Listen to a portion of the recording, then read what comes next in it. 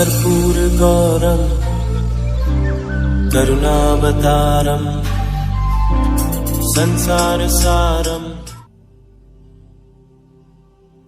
ओम शिवाय, जय माता दी। पुनः स्वागत है आप सभी का। चलिए हमारा उत्तम विषय ले लेते हैं। नवंबर का जो महीना है, इसमें जो ग्रहों के गोचर का जो प्रभाव है, उसका सीधा जो इफ़ेक्ट है, जो मेष राशि का जो जातक है उसके जीवन पर कैसा बना रहेगा, क्या क्या चीज़ें होंगी, क्या क्या संभावना बनी रहेगी और क्या चीज़ें ध्यान में रखनी चाहिए, इन सभी के ऊपर बात करेंगे।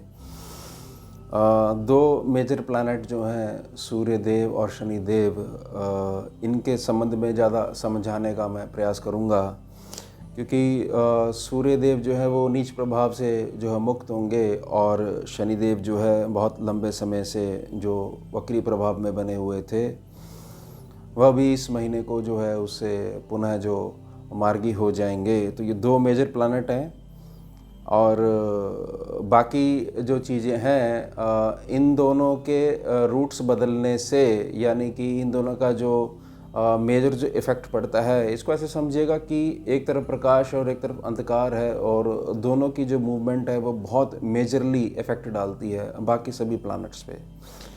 तो पहले गोचर समझ लेते हैं सभी ग्रहों के संदर्भ में। सूर्यदेव 16 नवंबर 2024 दिन शनिवार प्रातः 7:41 तक तुला राशि में बने रहेंगे, 7 नंबर में, जहाँ पर ये नीच प्रभावी रहेंगे। इसके पश्चात वृश्चिक राशि 8 नंबर में मंगलदेव की राशि है, मंगलदेव का घर है, इसमें प्रवेश करेंगे। और यहाँ पर सूर्यदेव 15 दिसंबर 2024 दिन रहेगा रविवार, रात्रि 10:19 तक बने रहेंगे। मंगलदेव 20 अक्टूबर 2024 दिन था रविवार, दोपहर में 2:46 पर कर्क राशि में इन्होंने प्रवेश किया था और नीच प्रभावी हो गए थे मंगलदेव। अभी ऐसे ही बने रहेंगे। आगे बढ़ेंगे। बुधदेव 29 अक्टूबर 2024 दिन मंगलवार रात्रि 10:44 पर वृश्चिक राशि में प्रवेश किया था इन्होंने। अभी बुधदेव ऐसे ही बने रहेंगे। बृहस्पति देव 9 अक्टूबर 2024 दिन बुधवार दोपहर में 12:33 पर वृष राशि में बैठे बैठे वक्री हो गए थे और 4 फरवरी 2025 यानी कि अगले साल दिन मंगलवार दोपहर 3:09 पर पुनः मार्गी होंगे। वक्री अवस्था की कुल अवधि 119 दिनों के लिए मान्य बनी रहेगी। शुक्रदेव का अच्छा है, क्योंकि बृहस्पति देव के बिल्कुल सामने जो बैठे हुए वहाँ से आगे मूव करेंगे 9 नंबर में। 7 नवंबर 2024 दिन बृहस्पतिवार रात्रि 3:39 तक वृश्चिक राशि में बने रहेंगे, 8 नंबर में बने रहेंगे। इसके पश्चात धनु राशि 9 नंबर में प्रवेश करेंगे। यहाँ पर शुक्रदेव 28 दिसंबर 2024 दिन होगा शनिवार, रात्रि में 11:41 तक बने रहेंगे। और बहुत बड़ा बदलाव, शनिदेव 15 नवंबर 2024 दिन होगा शुक्रवार, सांझ 7:51 तक वक्री बने रहेंगे। इसके पश्चात शनिदेव मार्गी हो जाएंगे। अभी शनिदेव कुंभ राशि 11 नंबर में ही बने रहेंगे। चलिए, अब इस बात को समझिए कि ये ध्यान रखिएगा कि आपके ऊपर 29 मार्च 2025 साढ़े साथी का जो पहला भाग है वो भी अप्लाई हो जाएगा। और हमारे स्कैनिंग विद्या में साढ़े साथी जो होती है या शनि का जो भी प्रभाव होता है, वह जो ढैया में है और जो साढ़े साथी में है, तो हमेशा कैलकुलेशन जो है, जो डेट दी हुई होती है गोचर की, उससे 6 महीने पहले, और जो डेट दी हुई होती है कि अब अमुक राशि को से आगे बढ़ जाएंगे, अगली राशि में चले जाएंगे, तो उसके 6 महीने बाद तक उसके प्रभाव को ऐसा माना करिएगा कि धीरे धीरे जाएगा। ऐसा नहीं है शनिदेव के संदर्भ में कि एकदम से जब आना है उससे पहले कुछ भी हलचल नहीं होगी। 6 महीने पहले हलचल शुरू हो जाएगी और जाने की जो ऑफिशियल डेट होगी उसके 6 महीने बाद तक हलचल बनी रहेगी। प्रार्थना रहेगी कि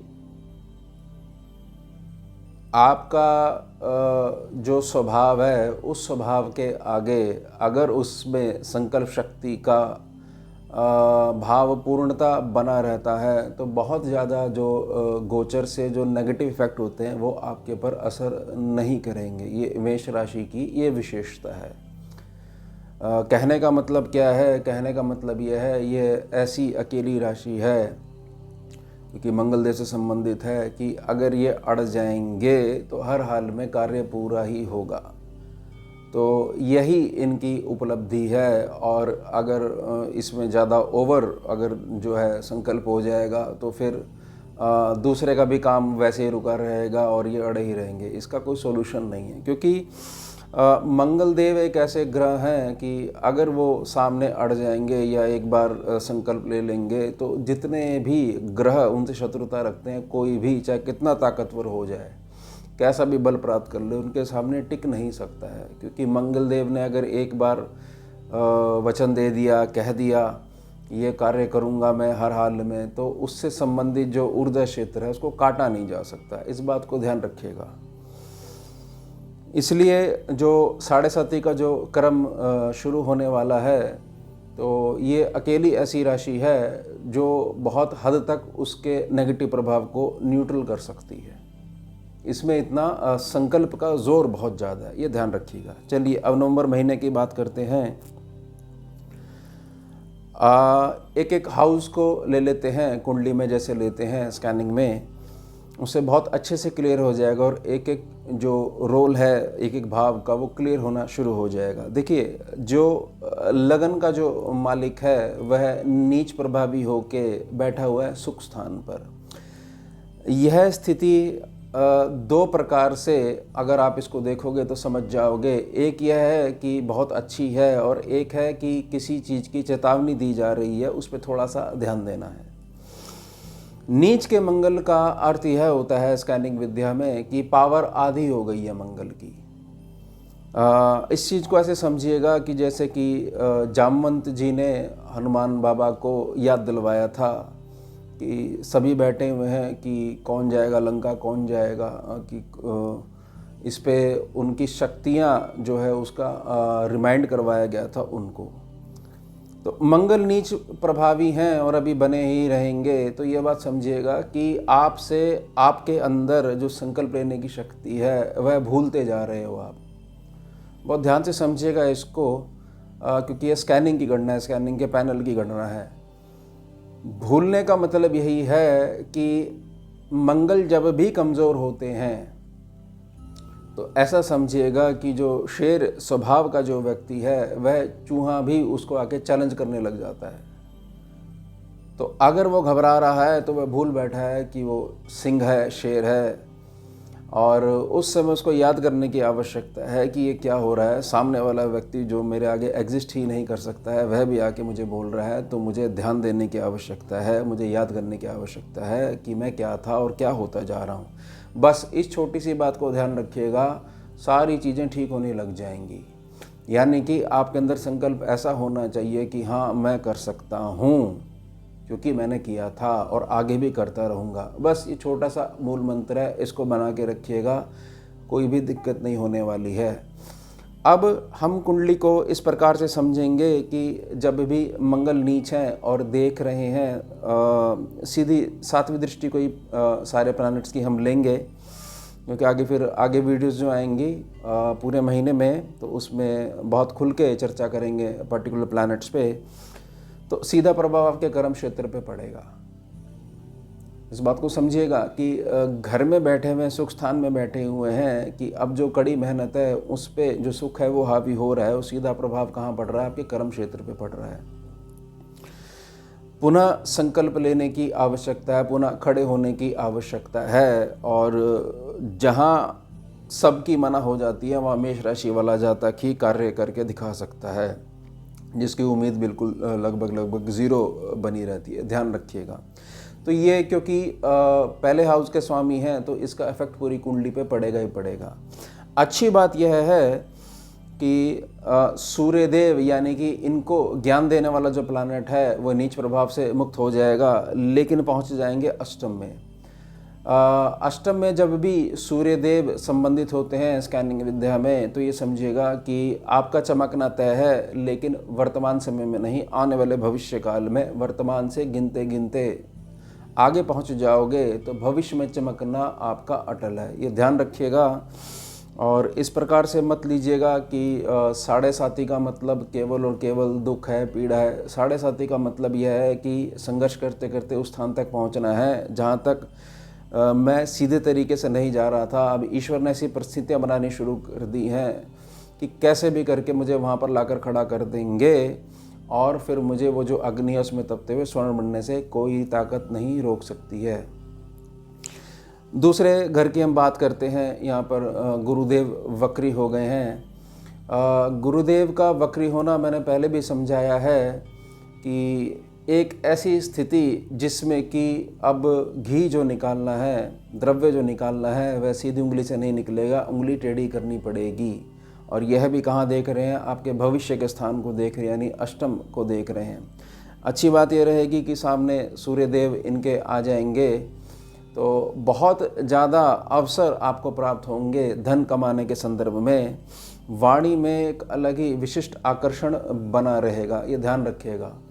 और अब जो है, क्योंकि शनि भी पुनः जो है मार्गी हो रहे हैं बहुत लंबे समय के बाद, तो बहुत सारी जगहों पर आपने यह देखा होगा कि बोलने की आवश्यकता नहीं थी, लेकिन फिर भी आपकी ऐसी प्रकृति है, सीधी प्रकृति है, उसके कारण थोड़े बहुत लॉसेस हुए हैं टंग के कारण, आपकी वाणी के कारण। तो वह मौके दोबारा आएंगे जीवन में और अब आप बिल्कुल शांत रहते हुए अपना कार्य निकाल पाओगे। तीसरा जो सेक्शन है, तीसरा सेक्शन बुध के अंडर में है। बुध भी पहुंच गए हैं आपके भविष्य वाले सेक्शन में, 8th सेक्शन में पहुंच गए हैं। इस बात को ये समझिएगा कि अच्छा और उत्तम कार्य तभी संपन्न हो सकता है जब जातक को, यानी मेष राशि का जातक है, उसको ये पता है कि कहाँ पर वाणी का आवश्यकता है, वाणी का प्रयोग करना है, कहाँ पर हमारे को शारीरिक परिश्रम करना है और कहाँ पर केवल चुप रहना है और कहाँ पर केवल मस्तिष्क का यूज़ करना है। तो ये सारी स्थितियां जो बनने वाली हैं, ये आपके उत्तम भविष्य का निर्माण करवाएंगी, यानी कि आने वाले समय में बहुत ज़्यादा शारीरिक परिश्रम से बचाना शुरू कर देंगे आपके बुध ग्रह, और आपको हर बार ऐसी कंडीशंस में डालेंगे जहां पर आपको ये चीज़ समझ में आ जाएगी, अटल हो जाएगी आपके मन में संकल्प के तौर पर कि मैं बहुत अच्छा उत्तम मस्तिष्क का स्वामी हूँ, मैं व्यर्थ में परिश्रम के और व्यर्थ के संघर्ष के मार्ग पे क्यों चलना चाहता हूँ। तो थोड़ा सा चेंज होंगे, और उस चेंजेस के लिए जब ग्रह संघर्ष करवाते हैं तो उसमें एक पॉजिटिविटी लेकर आइएगा, और भविष्य आपका उत्तम था, है और आगे भी बना रहेगा, ध्यान रखिएगा। चौथा सेक्शन के ऊपर हम बात कर चुके हैं, लेकिन मंगल की एक प्रकृति यह भी रहती है कि मंगल के पास भी सूर्यदेव की तरह हीट बनी रहती है। तो मंगल देव अब सुख स्थान पर थोड़ा सा आधी पावर के साथ बैठे हुए हैं, क्योंकि नीच का मतलब है आधी पावर जो है उनकी कुछ समय के लिए काम नहीं करेगी। उदर के रोग और विशेषतर जो बड़ी आंत होती है जिसमें से स्टूल पास होता है, फ्रेश होते हो आप सुबह, उसमें दिक्कत आ सकती है। उसमें दिक्कत कैसे आ सकती है? क्योंकि आप जो है ब्रेन पे बहुत ज़्यादा लोड डालोगे, उसका असर उदर पे पड़ेगा, और उदर पे असर होते ही जो है आंतें प्रभावित होनी शुरू हो जाएंगी। कैसे भी करके थोड़ा सा व्यायाम या परिश्रम जो करना शुरू कर दीजिए, शारीरिक परिश्रम, यह थोड़े दिन का प्रभाव है, इससे बिल्कुल बाहर आ जाओगे। अब घर के संबंधित अगर किसी का कार्य चल रहा है, वर्क फ्रॉम होम चल रहा है, तो उसमें अगर पेमेंटों की दिक्कत आ रही है तो उसमें भी उस चीज़ को बार बार सोचना छोड़िए, थोड़ा सा अपना मूड फ्रेश करिए, और बाहर जाके जब बाहर के एनवायरनमेंट में जाओगे तो मंगल देव को भी ऊर्जा प्राप्त होगी। जो प्लैनेट के जो पॉइंट्स होते हैं आपके शरीर में जिससे फल प्राप्त होते हैं गोचर के माध्यम से, तो वह भी फ्रेश होंगे, और एक प्रकार से आप ये समझोगे कि एक नया शुभारंभ होने वाला है इस महीने में।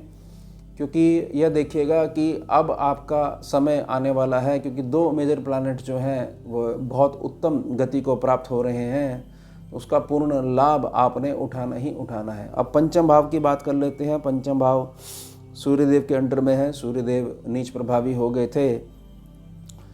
जब तक प्लैनेट नीच प्रभावी है तब तक आधी पावर काम कर रही है, यानी कि आधी पावर जो है सोई हुई है।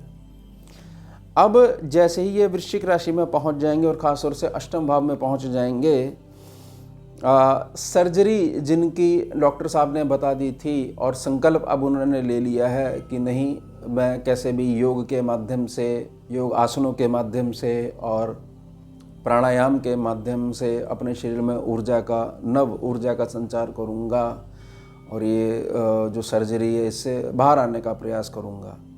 दूसरी चीज़ कि मुझे पता है कि मैंने जीवन में क्या क्या अनुभव जो है वो कमाए हैं।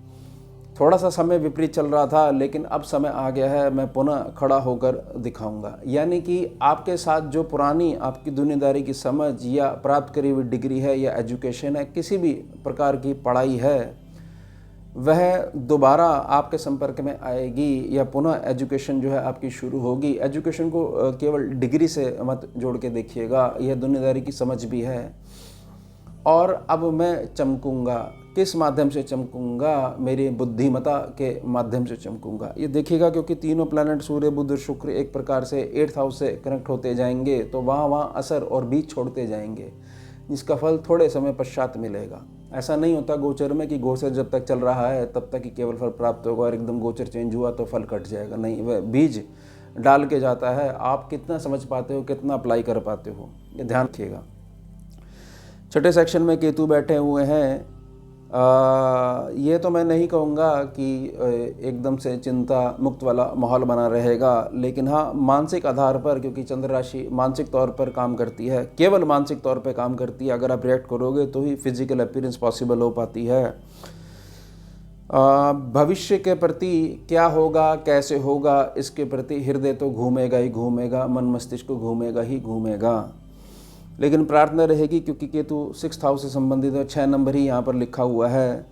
तो जितना स्ट्रीट डॉग है, गौ माता है, इनका जितना 10 स्पर्श करोगे तो नेगेटिविटी जो घूम रही है, ओवर थिंकिंग जो हैबिट लग गई है, उसमें तुरंत जो है रिलीज़ देखने को मिलेगा और निश्चिंत होकर आप वर्तमान में रह पाओगे। ये बहुत ज़्यादा ज़रूरी है मेष राशि के जातक के लिए, या कोई भी जातक हो जिस पे ढैया शुरू होने वाली हो या 7.5 शुरू होने वाली है, उसका यह समझना कि मानसिक तौर पर बहुत ज़्यादा इफ़ेक्ट डालती है शनिदेव की जो ऊर्जा है, चाहे ढैया में आए, चाहे महादशा में आए, चाहे एक प्रकार से ऐसे समझ लीजिए कि किसी भी रूप में कुंडली में एक आसन ऐसे बना के बैठी हुई, पूरी कुंडली को कंट्रोल करके रखा शनिदेव की ऊर्जा ने।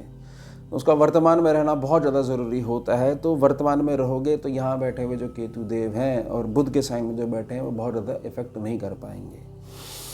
वर्तमान में रहोगे तो बहुत तेज़ी से जो पैसा खर्च करने की आदत लगी हुई है, और फिर अफसोस इस बात का होता है कि नहीं भी खर्चा करते तो भी हमारा कार्य चल जाता, तो वो पेशेंस आने शुरू हो जाएंगी। अब सप्तम भाव पे जो सूर्यदेव बने हुए थे, ये सूर्यदेव की मूल प्रकृति है, जहाँ जाएंगे उस सेक्शन को जलाते हैं और जहाँ देखते हैं उस सेक्शन पे प्रकाश डालते हैं। यह कहना बिल्कुल ठीक होगा कि थोड़ा सा इसने जो गृहस्थी जो सुख है उसको थोड़ा सा प्रभावित करके रखा हुआ था, लेकिन अब ये आगे मूव करेंगे, 8th सेक्शन में जाएंगे, वहाँ के स्थान को भी बर्न करेंगे। और यह जो लंबी चलने वाली जो पीड़ाएं होती हैं शारीरिक और मानसिक, उसको जलाना प्रारंभ कर देंगे और सामने जो प्रकाश डालेंगे, क्योंकि एक ही दृष्टि होती है इनके पास, वह गुरुदेव के पास पहुँचेगा। अब गुरुदेव वक्री हैं तो ये समझ लीजिए कि एक व्यक्ति ऐसा है, उसने निर्णय ले लिया कि अब मैं आगे बढ़ूंगा, लेकिन वह इंतज़ार कर रहा है कि सूर्यदेव सामने आए और मेरे तक प्रकाश आए, जिससे मुझे दिशा सूचक के तौर पर सूर्यदेव मेरा मार्गदर्शन करें। तो गुरु और सूर्य सामने आने से एक प्रकार से राजयोग वाली जो ऊर्जा है वह संचारित होने लग जाएगी। आप तो करने वाले बनो, पकड़ने वाले बनो, समय अब आ चुका है। 8वां सेक्शन है। 8वां सेक्शन जो कि मंगलदेव का है, वह सुख स्थान पर नीच प्रभावी होकर बैठ गए, यानी आधी पावर उनकी चली गई है। अब इस बात को समझिएगा कि भविष्य में, आने वाले भविष्य में आपके पास हर प्रकार का सुख होना ही होना है। यह मैं उनकी बात कर रहा हूँ, उनकी चर्चा कर रहा हूँ जिनकी आयु 33 वर्ष से लेकर 42 से 45 वर्ष के बीच में है और जो बहुत ज़्यादा संघर्ष वाले क्षेत्रों से जुड़े हुए हैं। एक प्रकार से उनकी शिकायत बनी रहती है कि हम इतना ज़्यादा प्रयास करते हैं फिर भी जो है हमें उत्तम रिजल्ट नहीं मिलते हैं।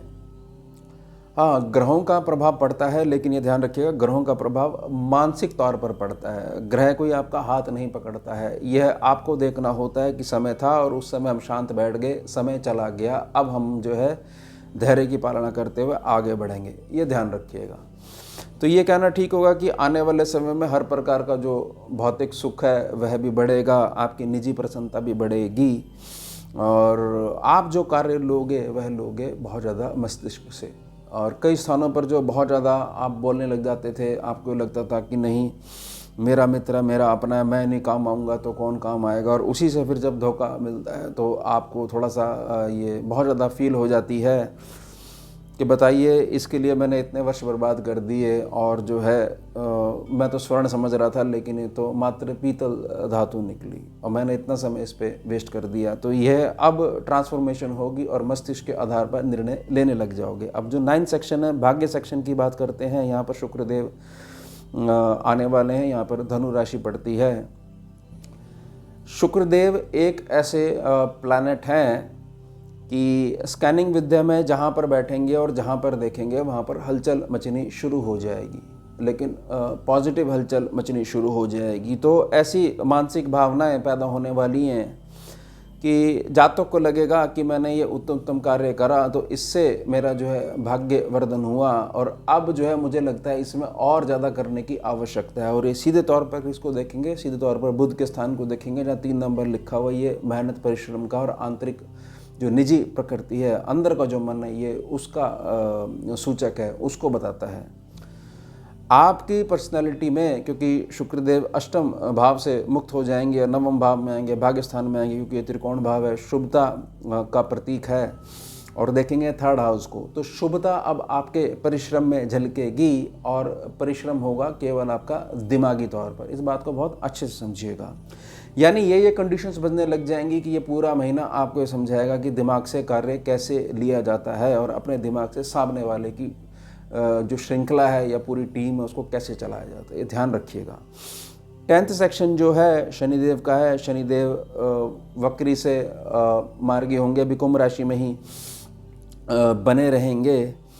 अब समय यह है कि जो जून के एंड से जो अब ये 15 नवंबर तक का जो टाइम है पूरा 139 दिनों का, जब वक्री से आपके कर्म क्षेत्र से आपको जो लाभ पहुंचना चाहिए था, जैसे कि बहुत सारे जातकों ने ऐसा करा कि मान लीजिए नौकरी करते हैं, नौकरी के साथ साथ में नौकरी से संबंधित ही व्यापार खोला और नौकरी पे प्रेशर बनने लग गया, तो समय ने आपका अलग से व्यापार तो ओपन करवा दिया, लेकिन आपको यह परेशानी बनी हुई है कि वहाँ से एक बंधी हुई आय आ जाती है कि जब तक मेरा व्यापार उस रेंज को क्रॉस ना कर ले जिसमें कि मेरे को यह दोहरे डिसीजन पर ना खड़ा होना हो कि अगर मैं जॉब छोड़ देता हूं तो मेरा घर कैसे चलेगा, तो वो कंडीशंस हैं व्यापार को ऊंचा उठाने के लिए, वह बननी शुरू हो जाएंगी। यानी हर प्रकार से लाभ आपका इंतज़ार कर रहा है और आपको बहुत अच्छे से गर्व होगा अपने निर्णय में कि बहुत अच्छा करा,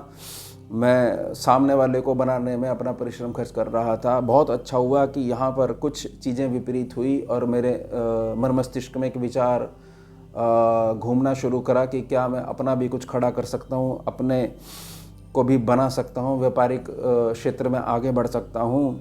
तो अब वो रिज़ल्ट देने लग जाएगा। जब रिज़ल्ट देने लग जाएगा तो देखिए जो भी जातक है अगर धन के संबंध में बहुत सारी परेशानियों को अगर न्यूट्रल कर देता है तो फिर मानसिक तौर पर वह लगभग प्रसन्न ही बना रहता है। फिर नंबर आता है जो आंतरिक जो रिश्ते हैं और घर गृहस्थी है उस पे आता है। इस बात को समझिएगा कि समय आ रहा है और समय बार बार मैं एक ही चीज़ कह रहा हूँ कि मस्तिष्क से चलना सिखाने के लिए आ रहा है आपको, ये ध्यान रखिएगा। 11 सेक्शन है, 11 सेक्शन पे शनि बने हुए हैं, मार्गी हो गए हैं, तो शनि की मूल प्रकृति समझिए, शनि जहाँ बैठेंगे वहाँ के सेक्शन को स्लो कर देते हैं। तो अब जो लाभ होगा वह लंबे समय तक बना रहेगा और अब जो बहुत सारी जो शिकायतें थीं वह रोल बैक होनी शुरू हो जाएंगी, उसमें रिजल्ट मिलने आपको शुरू हो जाएंगे लाभ के संदर्भ में, आय के संदर्भ में और सर्व लाभ के संदर्भ में, क्योंकि पुनः मार्गी हो जाएंगे। 12th सेक्शन है, 12th सेक्शन देवगुरु बृहस्पति का है। ये हो गए हैं वक्री, खर्चे का स्वामी बैठ गया धन भाव पर। देखिए, इस बात को बहुत अच्छे समझिएगा कि आपके घर में कोई पैसा लग रहा है तो उसको खर्चा मत गिना करिए, उसको गिना करिए कि ये मेरे घर में इन्वेस्टमेंट हो रही है। अपना थोड़ा सा विचार बदलिएगा। खर्चा वह है कि आपके पैसे खर्च हो गए और मिला हमारे को कुछ भी नहीं, कोई सुविधा नहीं मिली, कोई चीज़ आई नहीं, बेफजूल में हमारे पैसे खर्च हो गए। अगर नहीं तो उत्तम जो खर्चा हो रहा है वह इन्वेस्टमेंट है। एक लक्ष्मी जी का जो सर्कल घूमना चाहिए वह घूम रहा है, इसको ऐसे समझिएगा। और वह जो प्लैनेट है वक्री हो गया है, यानी कि हर प्रकार से आपके उत्तम भविष्य को बनाने के लिए जो वक्री हुए हैं, हर प्रकार की विद्या, साम दाम दंड भेद आपके समझ में आ जाएगी और उसको प्रयोग करने का सही समय भी जो है आपके पास आ जाएगा। तब आप ये डिसाइड कर पाओगे, इतनी मैच्योरिटी आपके अंदर आ जाएगी कि कौन सा टूल कहाँ पर और कितने लंबे समय तक यूज़ करना चाहिए। अब यहाँ बैठे हुए हैं राहु। वैसे तो मेष राशि है, फ़र्क नहीं पड़ता, लेकिन फिर भी राहु 12th सेक्शन में जब भी बैठेंगे तो 12 नंबर से जब भी संबंधित होंगे तो एक आदमी को छोटा सा व्यर्थ का वहम भी चलता है कि क्या किसी ने मेरा काम रुकवा दिया है, क्या अमुक दिन ऐसा करने से क्या काम नहीं बनते हैं। एक व्यर्थ की कैलकुलेशन साथ में चलती रहेगी। अगर इतने बजे उठकर और या इस दिशा में सिर करके या पैर करके सोता हूँ तो ही मेरे कार्य बनते हैं। तो इस सब से बाहर आ जाइएगा, क्योंकि देखिए शनि जब वक्री होते हैं ना तो सीधा इफ़ेक्ट जो है राहु देव पे भी पड़ता है। मार्गी हो जाएंगे तो राहु देव भी जो व्यर्थ का जो भ्रम देते रहते हैं उससे मुक्ति मिलेगी। अगर यहाँ पर कुछ जातकों की कंप्लेंट है कि मेरे घर के जो बुज़ुर्ग हैं वो समझना ही नहीं चाहते हैं, मैं सबसे अलग सोचता हूँ और मेरे को कहते हैं क्या व्यर्थ के काम धंधों में लगे रहते हो, सीधे तरीके से चला करो, गारंटी क्या है तुम कामयाब हो जाओगे। तो उस सब से भी आपको रिलीफ मिल जाएगा, क्योंकि जो है लाभ जब सामने दिखेगा, क्योंकि कोई भी व्यक्ति हो जब तक सामने वाले को लाभ नहीं दिखाते हो तो नहीं मिल पाता है लाभ बिल्कुल। तो इस चीज़ को ऐसे समझिएगा कि उगते हुए सूरज को सभी लोग जो है प्रणाम करते हैं। तो वो समय अब आने वाला है, एक प्रकार से रिजल्ट मिल जाएंगे सर्व लाभ के संदर्भ में। और हमेशा इस चीज़ को याद रखिएगा कि आप तब कमज़ोर होगे जब आप स्वयं में जो आपका संकल्प है उस संकल्प को जो लिया गया है उसको रिमाइंड नहीं कर पाते हो। इस बात को समझिएगा कि जब आप स्वयं में ही क्लियर नहीं हो कि यह जो कार्य है यह मैं कर पाऊंगा या नहीं कर पाऊंगा, तो नेगेटिविटी हावी शुरू हो चुकी है, आपके ऊपर स्टार्ट हो गई है। तो अगर संकल्प बना रहेगा और एक गोल निश्चित होगा कि मुझे तो डेली एक्टिविटीज़ में मुझे ये कार्य करना है, आज नहीं तो कल इस कार्य की जो सिद्धि है वह मेरे पास आएगी, फिर मैं नेक्स्ट जॉब में लग जाऊँगा अपनी। यह करते रहोगे, कोई इफ़ेक्ट जो है नेगेटिव इफेक्ट आपके ऊपर ज़्यादा असर नहीं डाल पाएगा। यही मेष राशि की विशेषता है। नेगेटिविटी को बहुत दूरी पे बनाकर गोल गोल घुमा सकता है, इतनी ताकत होती है मेष राशि के जातक में। तो ये हो गया हमारे नवंबर का गोचर का उत्तम फल, ये हो गया हमारा उत्तम विषय। अब मिलते हैं आपसे अगले भाग में नए विषय के साथ। जुड़िए और जोड़िए। ओम शिवा, जय माता। भुजगेन्द्रहारं कर्पूरगौरं करुणावतारं